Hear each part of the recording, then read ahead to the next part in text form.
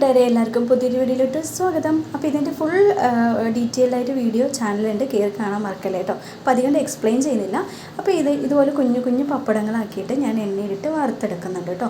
വറുത്തെടുത്തതിന് ശേഷമാണ് നമ്മൾ കറി വയ്ക്കുന്നത്. അപ്പോൾ നന്നായിട്ട് ഇതുപോലെ പൊള്ളി വരണം കേട്ടോ, അല്ലെങ്കിൽ നന്നായിരിക്കില്ല, അല്ലെങ്കിൽ വേവാതെ കല്ല് പോലെ ഇരിക്കും. ആ എണ്ണയിൽ തന്നെ കുറച്ച് ഉലുവയും കടുകും ഇഞ്ചിയും വെളുത്തുള്ളിയും കറിവേപ്പിലയും എല്ലാം ഇട്ടിട്ട് നന്നായിട്ട് വഴറ്റിയെടുക്കാം. അതിനുശേഷം നമ്മുടെ ചെറുള്ളിയാണ് ഇടുന്നത്. സവോള ഇടുന്നതിനേക്കാളും ചെറുള്ളിയാണ് നല്ല ടേസ്റ്റ് ഉണ്ടാവുക. നന്നായി വതങ്ങിയതിന് ശേഷം പച്ചമുളകും തക്കാളി ഇട്ട് നന്നായിട്ട് ഉടച്ചെടുക്കാം. അതിനുശേഷം പൊടികൾ ആഡ് ചെയ്യാം. മഞ്ഞൾപ്പൊടി, മുളക് പൊടി, മല്ലിപ്പൊടിയൊക്കെ ആഡ് ചെയ്യും. അത് കട്ടായി പോയി കേട്ടോ. പിന്നെ പുളിവെള്ളം വെച്ച് കുറച്ച് ഉപ്പൊക്കെ ഇട്ടിട്ട് നന്നായിട്ട് തിളച്ചതിന് ശേഷം നമ്മളുടെ പപ്പടം ഒന്ന് ഇട്ട് കൊടുക്കാം. ഇപ്പോൾ തേങ്ങ അരയ്ക്കാത്തവർക്ക് ഇത് മതിയെന്ന് വെച്ചാൽ ഇവിടെ വെച്ച് നമുക്ക് സ്റ്റോപ്പ് ചെയ്യാം കേട്ടോ. പക്ഷേ തേങ്ങ വേണം, തേങ്ങ ഒഴിക്കണം എന്നുള്ളവർക്ക് ചെറിയുള്ളി ഇട്ട് തേങ്ങ അരച്ചതും കൂടി ഇതിൽ ആഡ് ചെയ്ത് നമ്മുടെ ടേസ്റ്റി ആയിട്ട് കറി റെഡിയായി. നല്ല ടേസ്റ്റ് ആട്ടോ. നിങ്ങൾ എന്തായാലും ട്രൈ ചെയ്ത് നോക്കണം. ഇനി ഒരു വീഡിയോയിലോട്ട് കാണാം. Bye bye.